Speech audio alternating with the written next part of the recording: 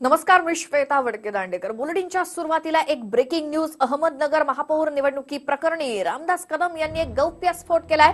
नगर प्रकरणाबाबत मी अजित पवार आणि विखे पाटील यांच्याशी बोललो होतो. नगर प्रकरणामध्ये सर्व विरोधी पक्षांना एकत्र आणण्याचा प्रयत्न होता.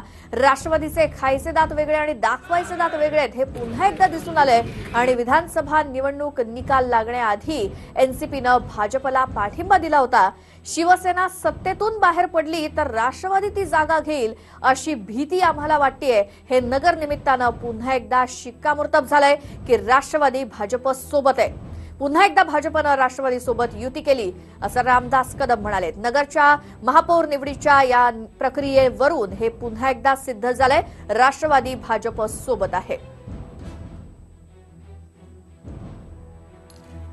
शिवसेना घेतला होता. हात मिळवला आली तर तुम्ही हात मिळवला सगळा का शिवसेना इगो म्हणून मागे राहिली? नाही, ज्या वेळेला एकला चलोगे ही भूमिका शिवसेना पक्ष प्रमुखांनी घेतली त्यावेळेला आम्हाला असं वाटलं होतं की राष्ट्रवादीचा उमेदवार ते उभा करतील जर शिवसेनेला पाठिंबा द्यायचा नसेल तर, आणि मग शिवसेनेचा उमेदवार असेल भाजपचा असेल त्याच्यामध्ये शिवसेनेला अधिक मतं मिळतील. होतीच आमची मतं त्यामध्ये. आमच्याकडे आणखी 3 संपर्कामध्ये आमच्या होते अशी 28 मतं आमच्याकडे असल्यामुळं तिथे महापौर आमचा बसेल असं आम्हाला वाटलं होतं. मात्र राष्ट्रवादींनी पुन्हा एकदा विरोधी पक्षाची भूमिका असताना ती बाजूला ठेवून सत्ताधारी भाजपचे मुख्य घेण्याचं काम केलंय.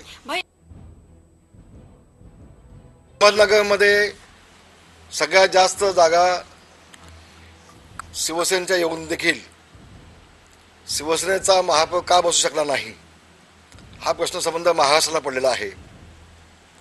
याबाबत मी खुलासा करू इच्छितो.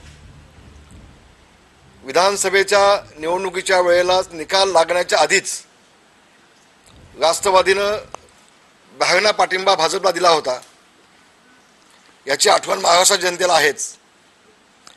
गेल्या 3-3.5-4 वर्षामध्ये शिवसेना बाहेर का पडत नाही भाजपकडून सत्तेमधून ही सातत्यानं राष्ट्रवादीची मागणी होती.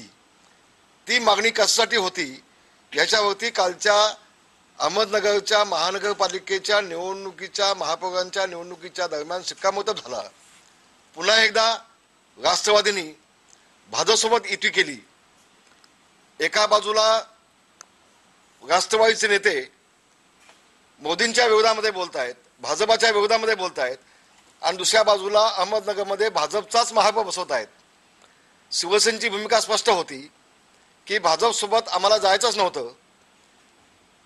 माननीय शरद पवार साहेब अनेक वेळेला बोलतात की सगळ्या विरोधकांनी एकत्र आलं पाहिजे, आणि म्हणूनच महापौर बसवण्यासाठी मी स्वतः अजितदादांकडे बोललो होतो.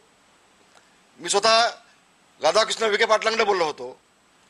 असं असताना देखील ज्या भाजपच्या विरोधामध्ये निवडणूक लढवत आहेत त्या भाजपलाच पाठिंबा देऊन शिवसेनेला शह देण्याचं काम राष्ट्रवादीने काँग्रेसने केलेलं आहे. ही वस्तुस्थिती आहे. आणि म्हणून राष्ट्रवादीचे खायचे दात वेगळे दाखवायचे वेगळे हे गेल्या अनेक वर्षापासून पाहायला मिळत आहेत. त्याच्यावरती पुन्हा एकदा शिक्कामोर्तब झालं. कधी एकदा शिवसेना बाहेर पडते आणि कधी आम्ही भाजपमध्ये आतमध्ये घुसून सरकारमध्ये घुसतोय याची घाई देखील मागच्या 4 वर्षापासून का लागली होती त्याचं उत्तर पुन्हा एकदा या अहमदनगरच्या माध्यमातून महाराष्ट्राच्या जनतेला मिळालं आहे. यापुढं दुतोंडी कोण साप याचं उत्तर देखील आता मला वाटतं अजितदादांना मिळालं असावं.